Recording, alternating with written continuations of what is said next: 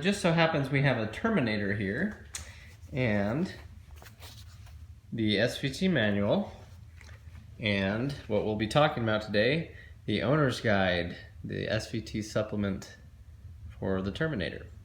So we'll just go over this pamphlet and talk about what's covered in it and go from there. So the first part talks about introduction, Cobra unique standard features, engine, transmission, drivetrain, chassis, seating and energy management, maintenance with part numbers and refill capacities, tire information, roadside emergencies for towing, and a word about warranty coverage.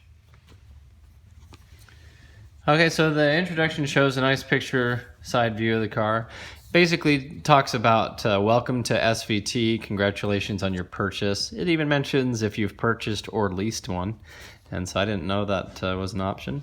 Maybe somebody who's watching this, if you've leased a Cobra or an SVT product, you can let us know about that and how it went. But anyway, talks about how they wanted to put the car together real well and have a good driving experience for you. It was established in 1991, SVT was at least, and they said it was established to polish the Ford Oval. And so as you may know, some of these cars are known to be the flagship cars, so that when somebody would think about Ford, they, these are the cars they're thinking of as the performance ones, and all the fun ones usually have a lot more of the attention. And so it talks about SVT ownership benefits, SVT authorized dealers. And I remember when I was younger, I went into our Ford dealership and it was not an SVT dealer, so it never had any Cobras. And so that was pretty interesting. And they talked about their services that they make. So over here it's just talking about some of the other associations, the certificate of authenticity, information centers, websites, that kind of thing. Okay, so here's the unique standard features list. So we'll go through these. It says a 4.6 liter dual overhead cam 32 valve supercharged V8 engine with intercooler, 390 horsepower, 390 pound-feet of torque. And as you know, the Cobra was underrated since in '99 Ford and SVT pretty much got sued for saying the Cobra made 320 horsepower when it didn't. So these numbers are a little conservative, and you'll see stock Cobras putting down 360, 380 at the tire. So it's really about a 425 horsepower engine when you do the math. Next, T56 six-speed transmission, aluminum flywheel, which is a question I get asked a lot. People will go to a lightweight steel one when replacing just for cost. Engine oil cooler, power steering cooler, anti-lock brake system with traction control, which I turn off all the time, the traction control part anyway.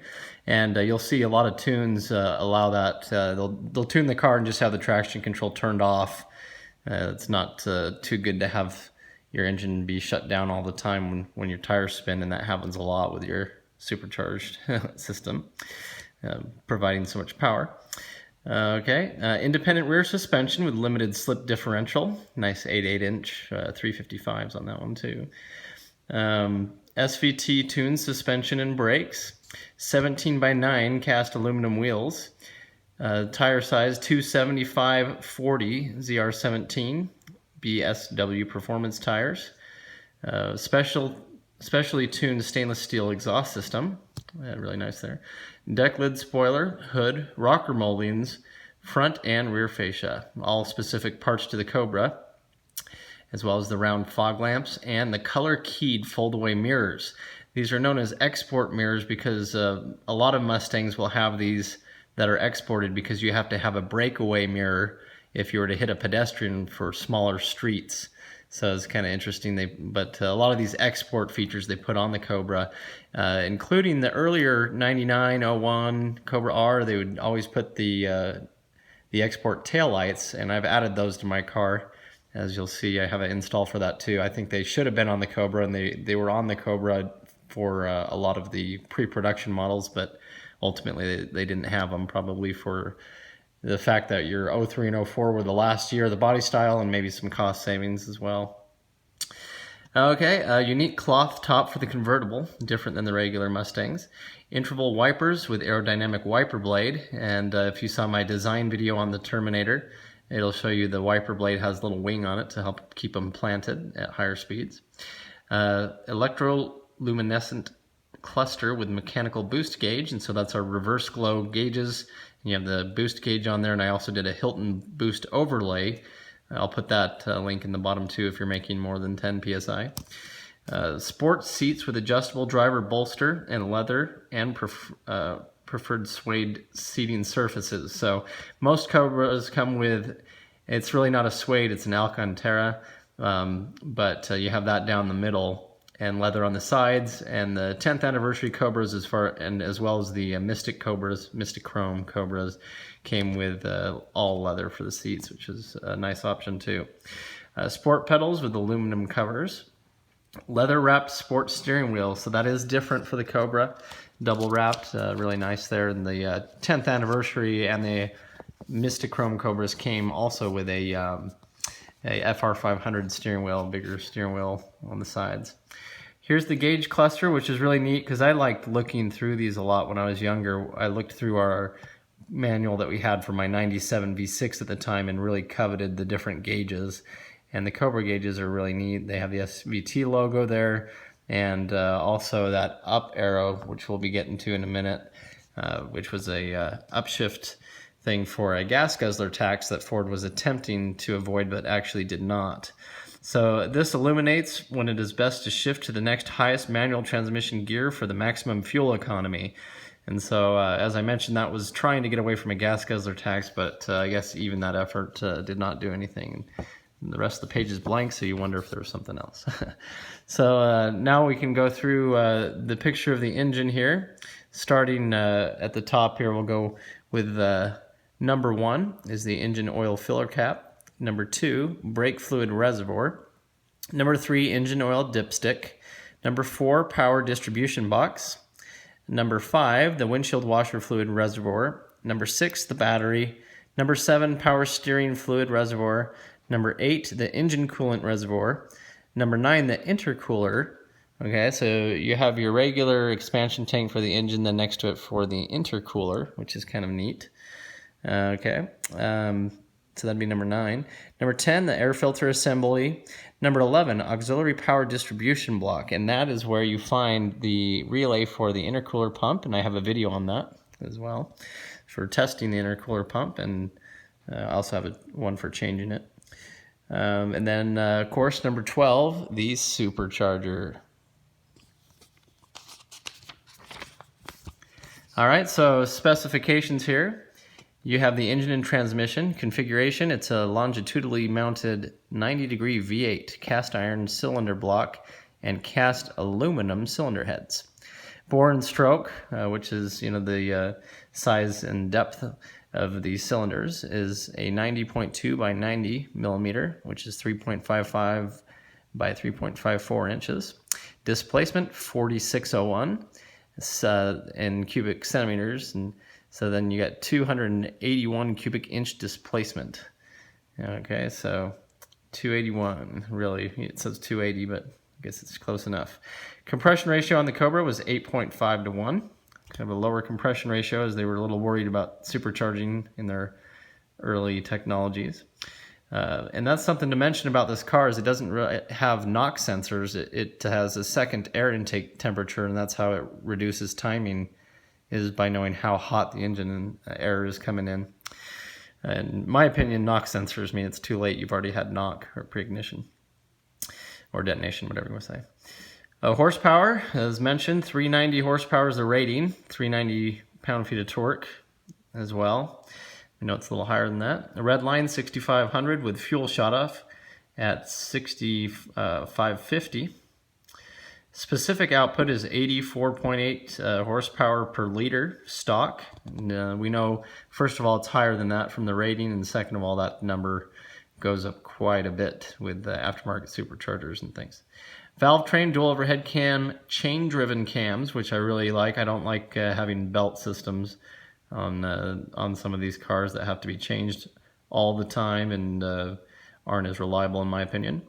roller finger followers with hydraulic lash adjusters, ovate wire valve springs, 4 valves per cylinder. So that's our 32 valves. Fuel system, sequential electronic fuel injection. Mass air sensors, 90 millimeters.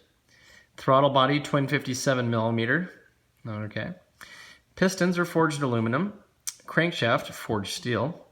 Connecting rods, Manly Performance forged H-beam steel rods. Those are nice. This is funny though because it says the supercharger is the Eaton Model 110. It's Eaton 112 and 112, so I don't know what the difference is there, why they went, if that's a typo or whatnot. It is Roots type supercharger, so that's correct. Exhaust manifolds, cast high silicon molybdenum iron. Okay, exhaust system, dual stainless. Okay, moving over to the drivetrain. So the rear axle, 8.8-inch limited slip differential with independent rear suspension. Drive shaft is aluminum with hardened yoke. So you have aluminum drive shaft on there. It's really nice. Transmission, T56 6-speed manual with integral clutch housing. And here's our gear ratios. First gear, it's a very tall 266. So first gear is not useless in these cars, which is a good thing with all the power. It's nice to have a longer first gear. Second, 1.78. Third, 1.30. Fourth is a 1-to-1 ratio, meaning that basically for every revolution of the crankshaft is a full revolution for the drive shaft.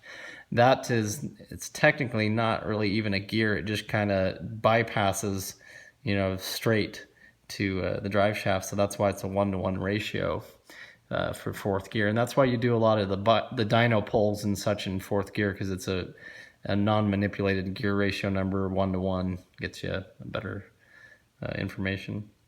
Fifth gear, 0.80. Sixth gear, 0.63. And reverse is a 0.290.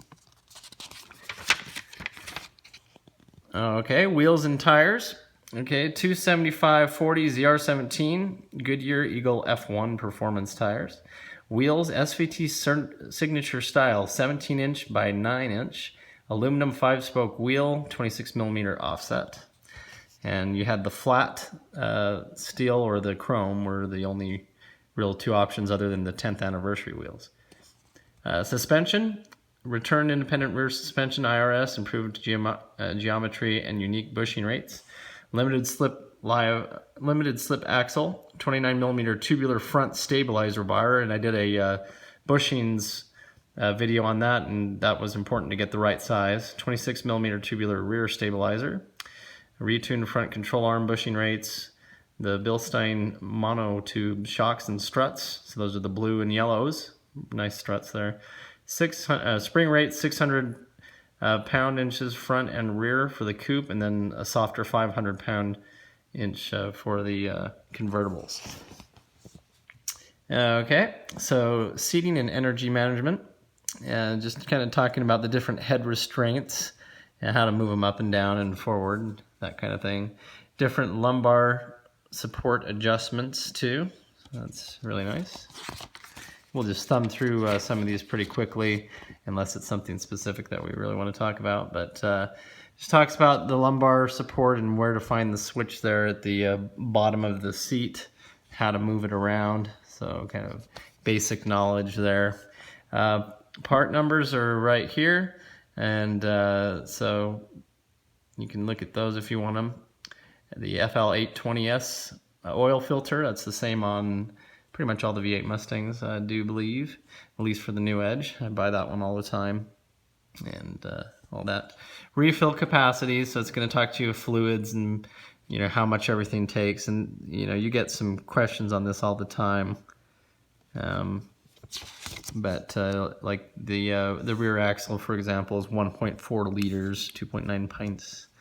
So intercooler, they suggest the Motocraft Premium Engine Coolant green colored or the Motocraft Premium Gold. So that's a question I get all the time, is which intercooler fluid should I use? And either one of those is good. So power steering is actually the automatic transmission fluid is what you're using for that. And so anyway. Okay, and then transmission fluid is basically 4 liters pretty much, and it says refer to the label on the transmission. On the side it'll say the Dexron Mercon 3, I believe. So I have a video on changing that with Pennzoil. It worked out pretty good. You can do the Royal Purple, you can do the Mobil 1 full synthetic automatic transmission fluid. There's a lot of options for that, and it's not as finicky as the 3650 transmission on the Mach 1 and GTs. That one had some interesting issues with the synchros. That's another story. Octane recommendations: you want to be using the 91 octane or higher, I'm sure. So obvious, you want to use your premium grade fuel just to prevent knock and pre-ignition. Okay, then it just gets into engine coolant, and it recommends 50-50 mixture of coolant and water. Distilled water is great because it doesn't have any of the minerals in it that cause rust. Water cools better. However, the antifreeze compounds in the coolant is good too, so you don't crack any of your hoses or lines if it gets too cold. So you just want to keep that mixed up best that you can. Something I want to mention is everybody will pour their coolant right into this expansion tank, but you don't always get you know, the coolant into the radiator that way, as the expansion tank is kind of overflow. So just make sure you take, if you do have an issue with your radiator, you pour the fluid directly into the radiator and then top it off here, but don't just pour it directly into here. Doesn't always go into the engine that way. And just talks a little more about adding coolant and some procedures there. Use part numbers specifically from Motorcraft. Those kind of things. Don't use alcohol, methanol, or brine for engine coolant mixtures. So it's kind of normal stuff here. Engine coolant refill process. So we won't get too into that. Light bulbs, bushings, kind of lubrication here for ball joints. Tires and all that, always maintain proper pressure and, you know, don't overload the vehicle, that kind of thing. Wheels, it's really not too much. Very important when towing, make sure that you're putting it all the way up onto an actual flatbed. I should make another video on this because there's a lot of questions, but when the car is being towed that way at that angle, the transmission fluid drips to the back, and the front input shaft of the transmission does not get lubrication like it should, and you're spinning the rear wheels, which spins the drive shaft, which spins the transmission, and you can burn your transmission up. And so there's a lot of things to know, but basically I have towed a car in that position pretty much, where with a car dolly, and we took the drive shaft off. That's very important to do. That way you can tow it that way with just the rear wheels spinning, as long as you take the drive shaft off. Okay, so yeah, you can tow it in that position on a car dolly if you remove the drive shaft. And the way that you should do that is disconnect the drive shaft from the differential. It's just 4 bolts.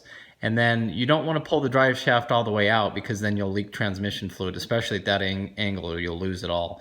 So you keep the drive shaft in the transmission, but you disconnect it from the rear differential and then tie it up to the car with some ratcheting straps or what have you. And I've done that before, and that was a good way of towing it that way. So it can be done, but you just have to disconnect the drive shaft. So anyway, that's pretty much it. Talks about some warranty coverage stuff, which, you know, all these cars are obviously out of warranty by now. But I hope you enjoyed this video talking about the Cobra Supplement. And if you have any questions, let me know. Thanks for watching.